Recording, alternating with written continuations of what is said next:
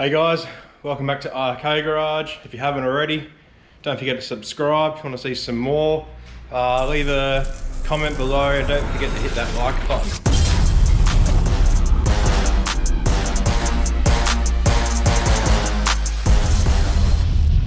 So last week on EcoJet, we relocated the oil filter relocation to here. I had it down underneath here before I made new lines. Because I had an oil leak, got that all back together, those lines stopped leaking, and then I had another leak. So today we're going to attempt to fix that. I've got a new bit of metal for my alternator relocation plate. So I'm going to do that, relocate a couple of the sensors onto that oil filter housing block. And then I've got a whole bunch of electrical crap in here.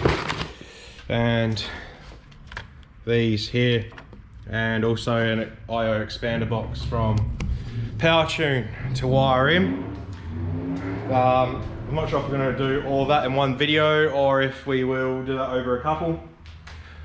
But quickly before we jump in, I just want to let you guys know that tomorrow on Sunday, if you guys are watching this on the Saturday, I'll be doing the usual live stream and we're going to have a guest, Corn-Fed Boost.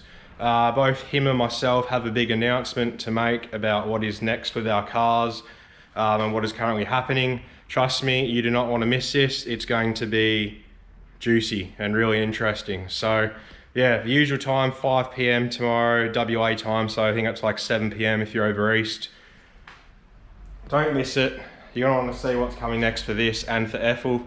We're going to have both of us on the screen at the same time, so you'll be able to see and talk to both of us and see us talk shit to each other. But yeah, right, I've talked a lot. I'm going to get into ripping everything apart and then we're going to cut back into it when we're there so you guys get to see the juicy details. So I've jumped a bit ahead in time. I've got it all done. You can see the two sensors, oil pressure, oil temp, and now into here. Now I've just got to wire them and send the wiring into the cabin. Redone these lines here. It's way better clearance wise. If I remember when I'm editing, I'll put a clip in of how I did the lines last time. I'll get a couple different ones to make that a little bit neater. They won't like it's running over the header, but there is an air gap. Yeah, I'm much happier with them like this. So yeah, so now I'm going to get the wiring kind of sorted, get them wired into the cabin, and then we'll deal with the terminating from that point onwards. So yeah, I'll get that all wired and come back to you guys, and then after that we can start it and see how it is. Rightio, a bit of an update. So now wiring's all in, plugged in, routed into the cabin. Just got all the wires hanging down there. And then right here we have the expander box. This is the IO expander box, comes with the wiring. Printed out all the instructions here. So now I'm going to get all this wired in and then I'll start to get it set up on the laptop, and then we can test everything. And then once I've got that done, because I just want to get the oil pressure switch, oil pressure sensor wired in and working before I start it, just to make sure it does have oil pressure. Yeah, then we'll start it and pray there's no leaks. Alrighty, it's been a full day later. White car's gone. Yeah, I had issues with the IO expander box, just could not get it to talk to the dash and the ECU. I still have a leak from the oil somewhere there. It's one of the block off bungs is leaking. It's one of the ones at the top, so I've got to take the alternator and bracket off again. I'm going to have to run the car with the alternator off so I can see, because there's 3 ports at the top that have been blocked off. One of them is weeping. I can see it running down. I can't see where it comes from because the alternator's in the way to visually see it. So tomorrow I'll take the alternator and brackets off, run the car, and see if we can see it. But we'll move inside of the car. As you can see, everything's all tidy. Oh, I was gonna film more of it, but I just was having issues, so I kind of just dived into it and just kept on going and going. But let's see if you guys can see. So got some buttons in there, and yeah, everything's all on. So we'll turn this on. Hopefully you guys will be able to see the dash. It's probably gonna look a bit funny, but yeah. So got a fan switch, a fan override switch, power steering. They just replaced the toggle switches. Got a launch control and got that there. I had a fuel gauge here. Now my fuel level sender's wide into the dash. So, oh, it's a bit glary. Let's see if I can, there we go. So yeah, what's cool is you can set it up with the inputs going in here, that you can have things come up. So if I hit this switch here, the ring comes on. Then also on the dash you can set the picture. I'm going to load one in for what it's going to be, but for now I've just got my YouTube logo. So I hit the switch again to turn it off, that goes away. This launch control button is momentary, so it's only on while you press it. So say for like roll racing, when people call it rolling anti-lag, that's basically what that'll be. I'll hold that button, and at that RPM it's at, or speed, it will latch onto it there and hold it there.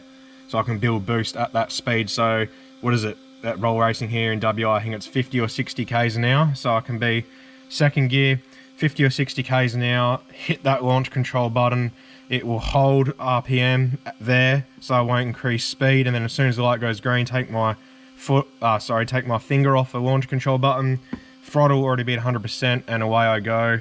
But yeah, so as you see here, let's see, get the screen, see here, when I push it in, the light turns on, and you can see on the dash there that my logo pops up. I've just got a mouse connected to the dash by USB, that's why you see the mouse pointer there, but let me get rid of that. There we go. Now the mouse pointer's gone. I'll try and get rid of the glare, and then I'll press the launch control switch. So you can see my logo pop up, and then that button there. And then same thing, power steering, runs a power steering pump. Fans I haven't got hooked up to the ECU. Well, sorry, I've got it hooked up to the ECU, but I got to set it up in a virtual auxiliary channel to have that as an override. Yeah, so that's where I'm at with this. Tomorrow, like I said, I'm going to take the alternator belt off and alternator bracketry off, get it all running, see where the leak is and fix it, and hopefully it's it's Wednesday right now. Hopefully Monday, Tuesday it will stop raining. Perth recently has been absolutely horrendous with rain.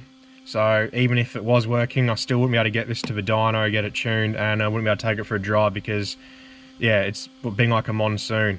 In case I don't film anymore because I ran out of time, I'm going out bush for the weekend, so I've got to get cars prepped for that. But in case I run out of time, thanks for watching. And don't forget, tomorrow, live stream with Corn-Fed Boost, revealing a big secret about what's coming next. Both of us are releasing a big secret, so you don't want to miss that live stream. 5 PM WA time will kick off. Yeah, so if this is the end of this video, thank you guys for watching. Sorry it's another boring one, but it's what I'm doing. I needed a video out, and if there's plenty of time left after you watching this, then I guess I'm showing it all fixed, hopefully. But yeah. And we're still going. So, this morning, I got the alternator off, all the bracketry off, ran the car and found the port that was weeping. And it has been an absolute pain in the ass. So I managed to just get it out. I just kept stripping it in the car by whacking in bigger Allen keys. I went to Repco, bought multiple sets. I just kept on drilling it out bigger and bigger until finally I drilled all the way through, managed to knock this 3/8 inch socket, Allen key head, all the way through, and it just gripped and came out. I did take a photo with the plate out of how bad it was stripped. So if I remember, I'll whack it up here. But now I'm going to put in my new bung, seal that up, get all this back on the car, the lines, the 3 lines onto here. So I've just got the oil out to the remote filter, oil back in from the remote filter, and the turbo feed. Another thing to note, some people might have noticed, Delco Wizard mentioned that my turbo feed should be from the filtered side. On this plate it actually is. If you notice here, that hole, let me put it like this, that hole right here is for the turbo feed, and it comes from this opening here. This opening here is in. So this is the line that's coming back from the filter, from the center of the oil filter. So my turbo feed is actually filtered, which is bloody awesome.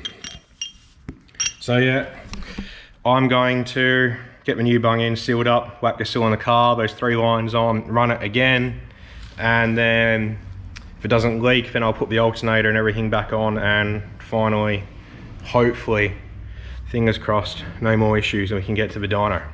So I'll come back to you guys once there's no leaks, hopefully.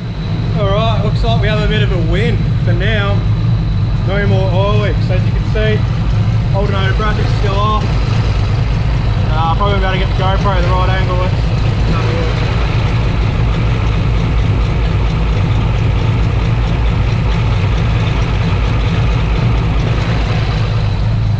Yeah, no more leaks. So I'm going to turn her off, let it cool down so I can get my hands in the exhaust, put the alternator bracket back on, alternator back on, and then I think we might be finally ready for the dyno again. Fingers crossed. Pray for me, boys. Hopefully it can happen now. So now I'm really going to end the video. Thanks for sticking around if you have. Don't forget to like, subscribe, leave a comment, and remember, tomorrow night live stream. Hopefully I'll see you there. If not, next Saturday. See you later.